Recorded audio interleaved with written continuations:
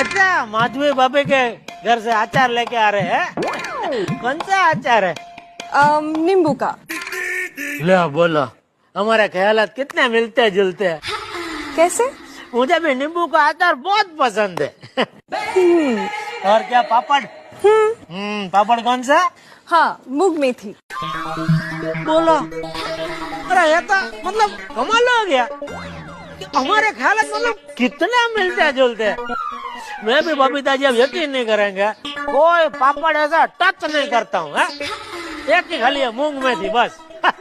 पर ये सब मेरे लिए नहीं है, ये तो अय्यर के लिए है। आपको तो पता ही है मैं ये सब चीजें कहाँ खाती हूँ, डाइटिंग यू नो।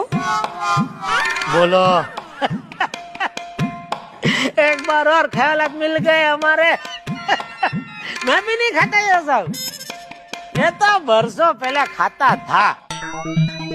ये सब बहुत सेहत के लिए हानिकारक है। खिलाओ खिलाओ, अय्यर को खिलाओ।